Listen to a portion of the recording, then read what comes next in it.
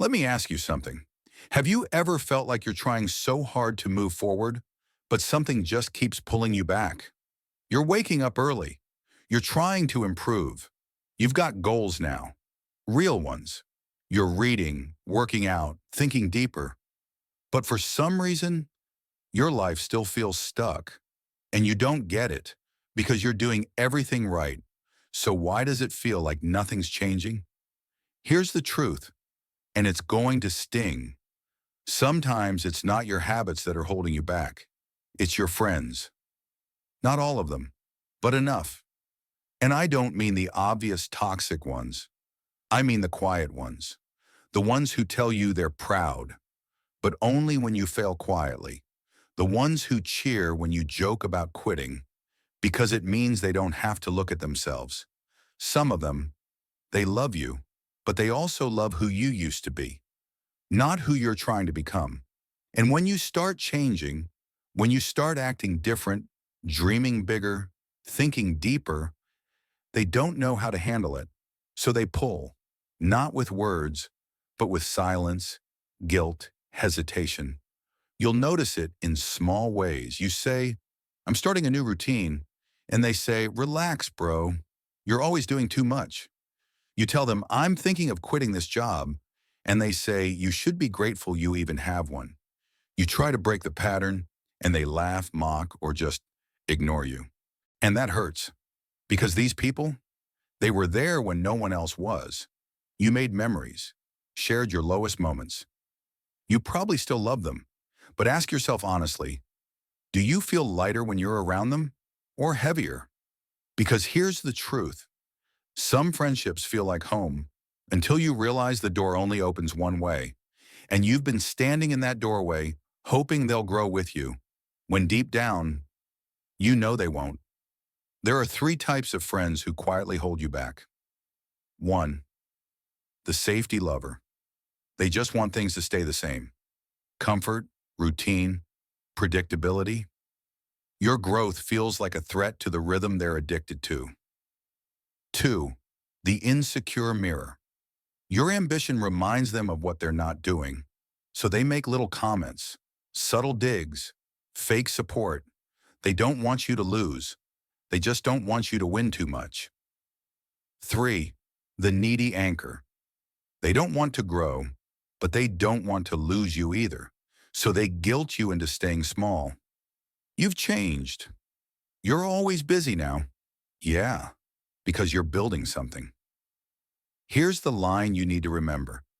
If someone makes you feel guilty for trying to evolve, they're not supporting you. They're controlling you. This isn't about cutting people off. It's about waking up. Not everyone you started with was meant to come with you. Growth is lonely, but so is staying behind, surrounded by people who secretly hope you never outgrow them. So, who in your life makes you feel like you need to explain your ambition? Who do you stop being honest with just to keep the peace? Because you can't heal in the same environment that made you sick. And no matter how much you love them, you cannot become who you were meant to be if you keep shrinking to fit the version of you they're comfortable with. That's not love. That's limitation. And it ends the moment you decide it does. So why don't you walk away? Why do you keep answering the calls that drain you? Why do you keep showing up to the same conversations, listening to the same complaints, watching your energy shrink every time you leave? You know what's happening. You feel it. So why do you stay? Because it's easier. That's the truth, isn't it? It's easier to maintain a broken connection than it is to sit in silence. It's easier to smile and nod and pretend you still relate than it is to admit, out loud, that you've grown into someone they might not recognize anymore. We stay because we're scared. Scared to be the bad guy, scared to be alone, scared to admit that loyalty might not be enough anymore. Scared to admit that closeness isn't the same thing as compatibility. We confuse history with alignment. We think because someone was there in the past, they deserve a seat in the future. But here's the uncomfortable reality. Not everyone who started the story was meant to finish it with you. Some people were only ever meant to be a chapter, and we turn that chapter into a cage, out of guilt. You say, but they were there for me when I had nothing. And maybe they were. But that doesn't mean you owe them your future. You say, I can't just leave them behind. But what if staying means leaving yourself behind? We stay because we want to believe love is enough. That if we care enough, try hard enough, stay patient enough, things will go back to how they were. But growth has no reverse gear. And pretending to be someone you're not, just to keep someone else comfortable, is not kindness. It's betrayal. To you, to your potential, to the life you could have had. And here's the brutal part. Sometimes you don't outgrow people because you're better than them. You outgrow them because you stopped avoiding the truth. You saw something they refused to see. You wanted more. And you were willing to pay the price to become more. That price, it's not money, it's not time. It's distance, it's discomfort. It's losing the version of you that was easier for them to be around. Let that version go. Because if staying in that friendship means bearing who you're becoming, then what you're doing isn't friendship. It's slow self-abandonment. And no one talks about this part. No one prepares you for the guilt that comes with choosing yourself. No one talks about how heavy it feels to know that moving forward means leaving people behind who never meant to hurt you, but who were hurting you anyway. This is where people quit. This is where people say, I'll just stay. It's not that bad. But let me ask you this. What if not that bad becomes the rest of your life? What if playing small, staying stuck, and pretending to be fine becomes your forever? All because you couldn't stand the silence of a few months of real change? Because you'd rather feel liked than feel alive? That's not how your story ends, but it is how it gets stuck. If you're not honest with yourself now, let me take you into the future. Not the fantasy one, the real one. The one where nothing changes. The one where you keep hanging out with the same people, laughing at the same tired jokes, talking about the same problems you've been planning to fix for the last 5 years. The one where every time you try to elevate, you pull yourself back down just to keep being relatable. The one where you never left, never tried, never built, never disconnected from people who were secretly rooting for your stagnation, not your transformation. That future, it doesn't show up all at once. It sneaks in, one ignored instinct at a time. Every time you felt that voice in your gut saying, you're meant for more than this, and you ignored it, that's how it started. Every time you felt out of place in a conversation that used to feel like home, and you smiled through it anyway, that's how it grew. You don't wake up in regret, you arrive there. And it's always slower than you think. You don't just wake up at 45 and wonder what happened. You watch it happen, while convincing yourself it's not happening. You water relationships that stopped watering you years ago. You trade your potential for approval. You call it loyalty. But deep down, you know what it really is.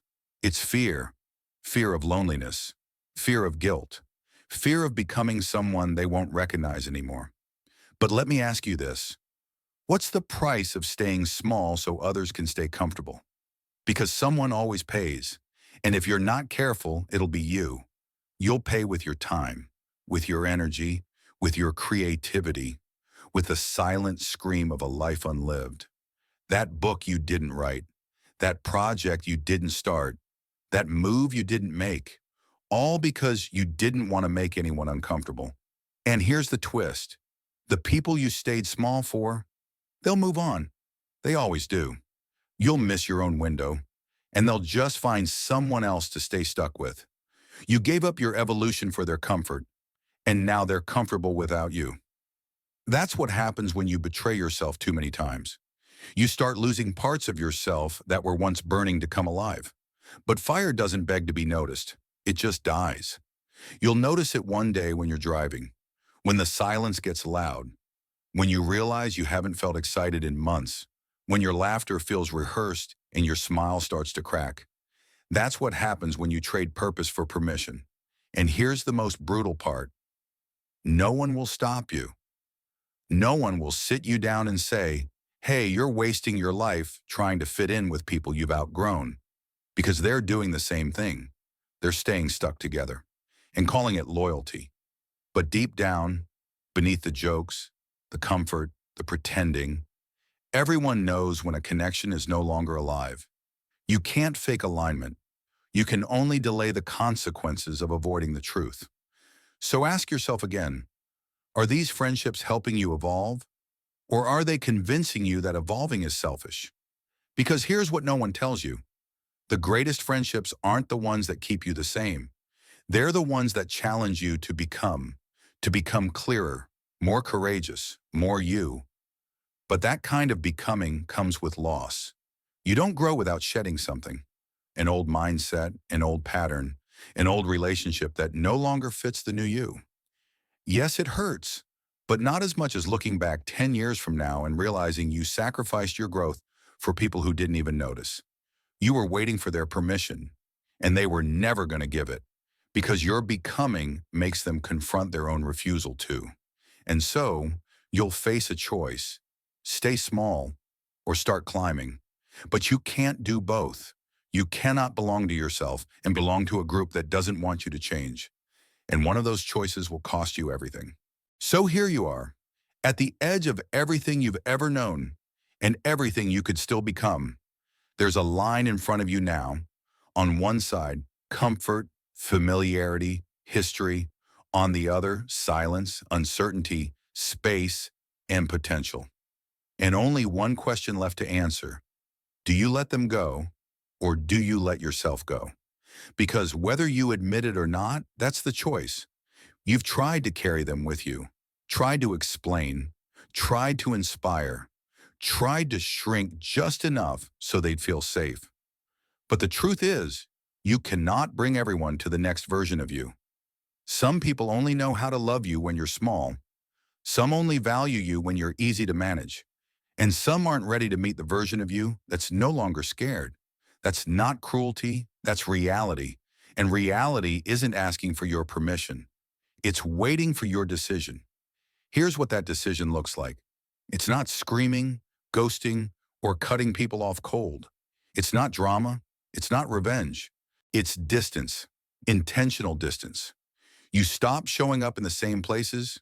You stop giving away your dreams for a seat at a table you've already outgrown. You stop justifying your evolution, and you start protecting it. Because now you understand. Not everyone is meant to understand the life you're building, because it's not theirs to understand. It's yours to create. You don't owe anyone your stagnation just because they helped you survive a previous chapter. That chapter is done, and what's waiting ahead isn't more noise. It's more you, the real you, the one who was always there, just buried under the fear of being abandoned, misunderstood, left behind. But now you know you can lose people and still find yourself. You can let go and rise. And when the silence comes, and it will, let it come. Let it hurt. Let it stretch you. Let it teach you what it feels like to stand alone and still not fall. Because that silence, that's where you start hearing the voice you've been drowning out for years, your own. And it doesn't beg. It doesn't rush. It just says, this is who you are now. Don't go back. So no, you're not cruel for stepping away. You're not selfish for protecting your peace. You're not heartless for outgrowing connections that kept you small. You're just finally telling the truth, that your time here is short, that your life is valuable, and that the version of you you're becoming is worth losing a few people over. So let them go. With love, if you can. With silence, if you must. But let them go, or the price you'll pay will be you.